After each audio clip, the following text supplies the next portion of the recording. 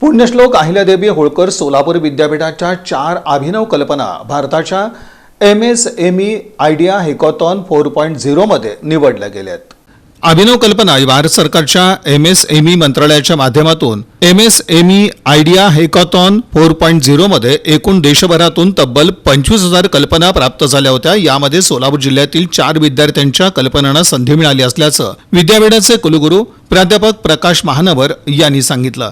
देशभरातून तब्बल 25,000 कल्पना प्राप्त झाल्या होत्या। त्यापैकी फक्त 488 कल्पनांची अंतिम निवड युथ श्रेणीत करण्यात आली होती। यामध्ये सोलापूर विद्यापीठाच्या 153 प्रस्तावांपैकी 4 कल्पना निवडल्या गेल्यात। म्हणजेच राष्ट्रीय स्तरावर निवडी संदर्भात पाहिला असता सुमारे 1% वाटा सोलापूर विद्यापीठाचा आहे।